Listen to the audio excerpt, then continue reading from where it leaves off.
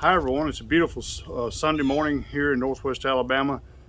The temperature, this will be easy to do in Celsius. The temperature is 32 degrees, which means it's 0 Celsius, easy to figure.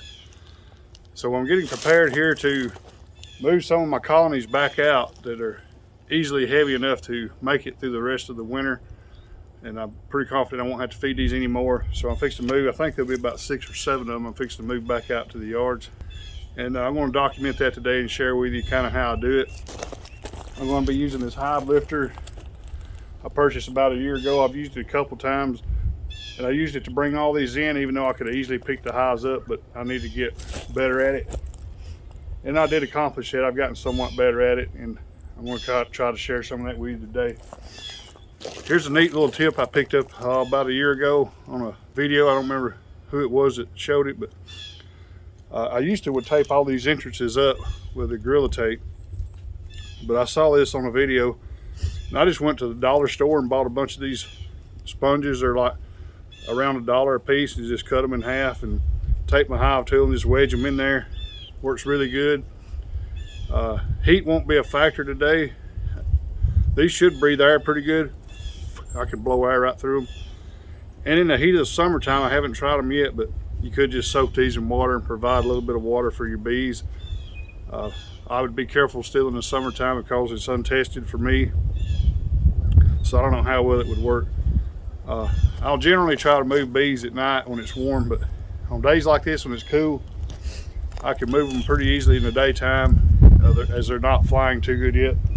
Although the strongest hives that are ready to go out, right here at 32 degrees, they've done sent a few scouts out, and they're coming back, and some of them's out here on the entrance sunning to get warm. So I may lose a few of those bees, but they'll pick right up in these other colonies and keep on going. I need to get these bees back to their yard where they can start gathering pollen in those areas, and that'll also give more resources to the other colonies that are still lagging behind somewhat. Now, I don't do this. I don't bring them all in here after harvest to feed this away. Usually at that point I got quite a bit more colonies, and at that time I'll take the totes and put out at each yard and make the rounds, because I usually am treating at that time as well. So I only do this in the winter, and I try to wind up with my 8 or 10 weakest colonies here at the house, and I can kind of evaluate those and requeen as needed, whatever I need to do, try to get them boosted up. But anyway, we're going to get this hive lifter here, get my utility trailer, and we're going to get started.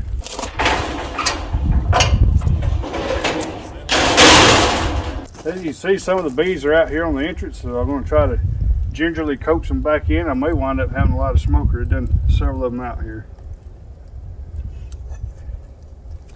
Yeah, I'm going to go ahead and get my smoke. I don't want to take a chance.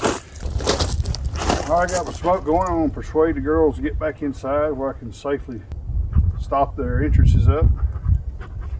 Now, there may be a few scouts out. It's still, the temperature's only went up a degree or two. We've got a little bit of a north wind, but if there's some scouts out, they'll just come back and go in one of these other hives, so no big deal. There's enough bees in here that losing 5 or 10 bees is not going to hurt anything. I just don't want to mash any and upset them no more than I have to.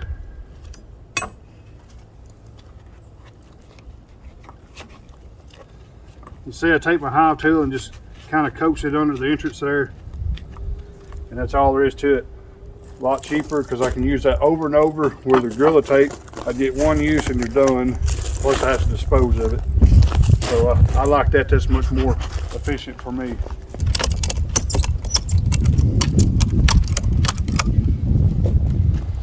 So now I've got this one ready to load on the trailer. I'll get set up here and kind of give you a different view of how I use the hive lifter there. One thing that is a must when using this type of hive lifter is to be sure you ratchet your strap slightly forward of your hand holes, or you'll be fighting that while you're trying to get your lifting arms in there. So I turn my switch on, I get near the back. You want to be above the hand holes as you go on, and then I slide it in almost up to the back and tilt it to the front.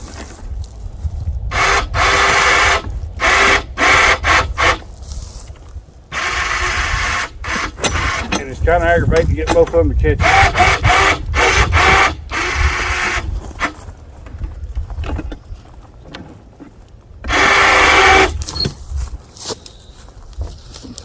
It's a little aggravating to get both of these to catch it one time. I had to help the other side because it's a little off level here. Overall, this helps out with lifting the weight. I can still do these by picking them up. I'll just pick them up with the straps.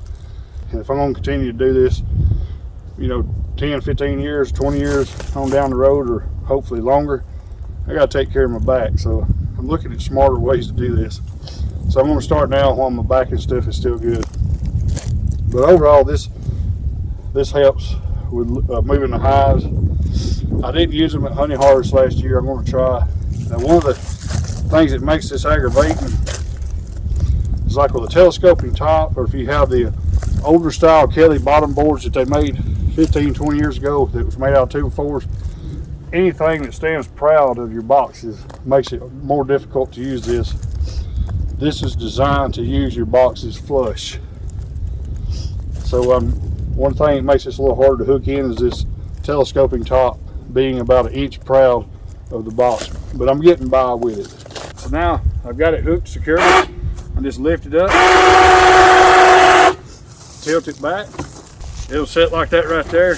Now it's still a little front heavy. I can bring it on up. The higher you bring it to a point, probably need to bring it up about 4 more inches, then it kind of balances over your tires real good. Now that right there is a lot easier to lift. So now I can back up and head towards my trailer with it.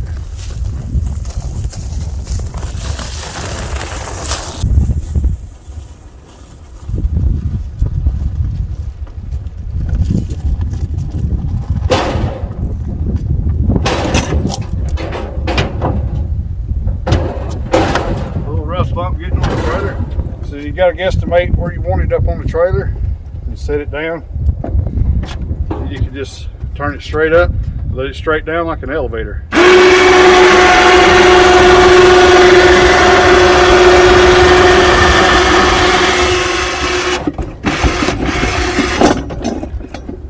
And then once you let it down low enough that it releases down below the hand hose, you just simply tilt it back.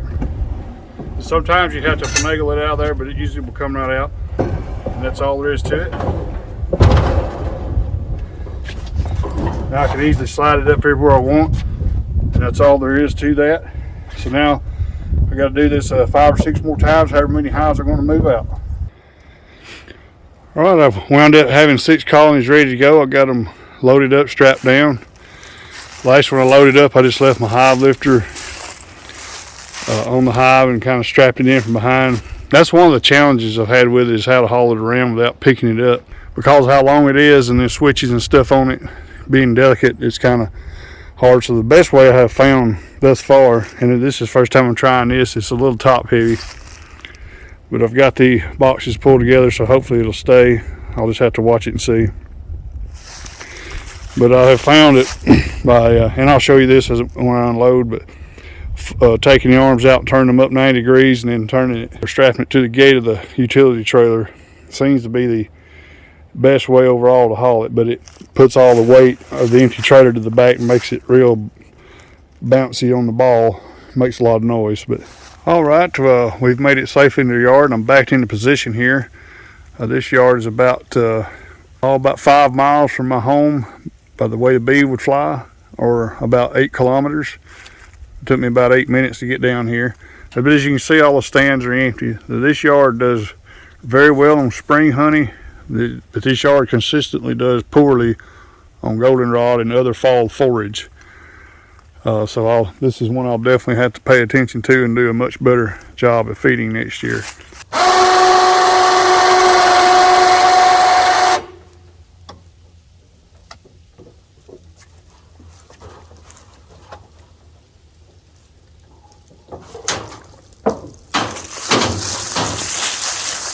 So this is the first double deep I've lifted with this. Effortlessly done it. Volt meter still shows like 12.6 volts, but it didn't even strain to lift that. So as you can see, it's kind of a little aggravating to get situated, but once you do, it's pretty easy, and definitely easier on the back than lifting it by yourself.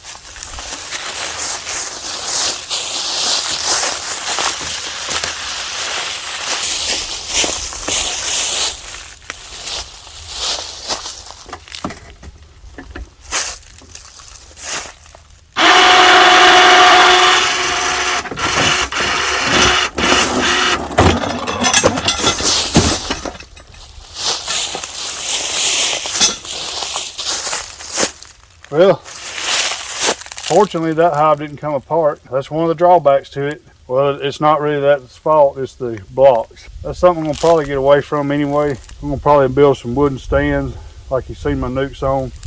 But that's the second time that's happened to me. That's really frustrating, but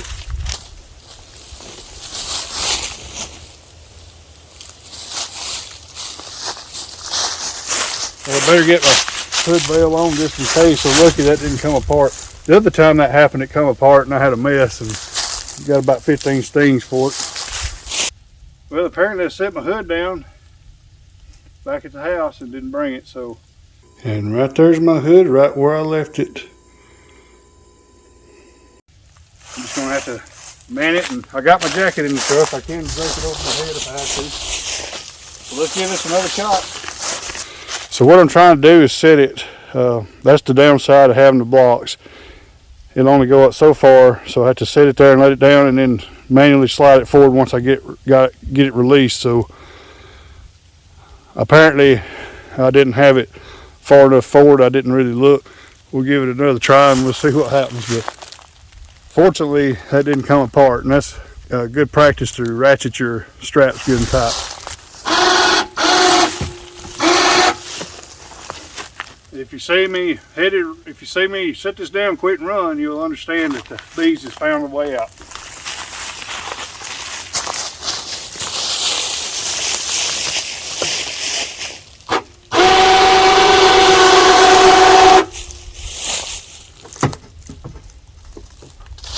Let me see where I messed up before.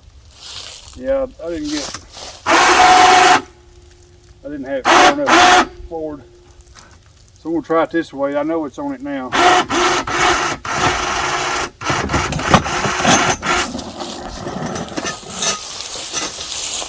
That worked very good that time. So, and I just learned something new there. But I just got to pay better attention, more attention to what I'm doing. But as you can see, I'm very lucky that that didn't open up. And even though the bees just tumbled over, it shouldn't be no problem. About 4 years ago, I actually had a colony. I think it had 6 or 7 mediums on it. And one of the blocks gave way and it turned over. I believe it was like that for at least a couple weeks. And I went over there and restacked it back up. Fortunately, it did not kill the queen, but it was all separated out and some of the frames was out on the ground. And I got it stacked back up, and the bees was just fine, and they actually cleaned up and repaired all the damage, which wasn't too bad considering it fell over. But the colony was fine. I got the honey off about 3 or 4 weeks later, and everything was just fine. So even though they just took basically done a flip, they should be just fine. But so I just got to pay a little more attention putting the rest of these out. Now when I break this loose, I'm going to gingerly take my hive tool and work that back to the front. And while they're strapped still, I want to get this position on the block where I want it. And I can see some bees, they just can't quite get through the front opening there. But they're, after that flip, they're eager to get out of there and let me know about it, I can promise you. So I'm going to leave these like this right now, and we'll get the rest of them off, get some position, and get them opened up. All right, it's probably been about 15 minutes since I set it up here. It looks like a couple of bees has found their way out somehow. But I'm going to take my hive tool and try to delicately ease that hive up forward about an inch or so and get it back centered where it needs to be. And I got to be careful and not lift it too high, or bees will leak out the back. But I'm hoping that this amount of time has allowed them to calm down, because I'm sure they're pretty upset over being toppled like that.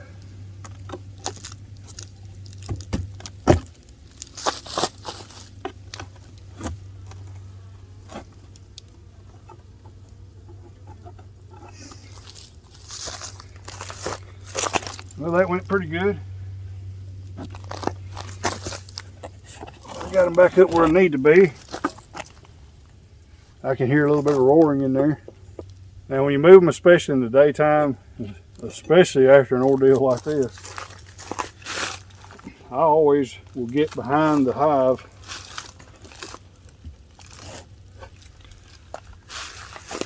and kind of brace myself and get ready, you know, to get out of the way quickly. I need my veil on, but I left it to the house. But I think I'll get away with this. Usually they'll come out and boil right here. You don't want to stand up in here and go, you know, and just be an awe or whatever, because if you stand right here, they're going to get you. So I usually will try to get to the side and just ease both these out at one time.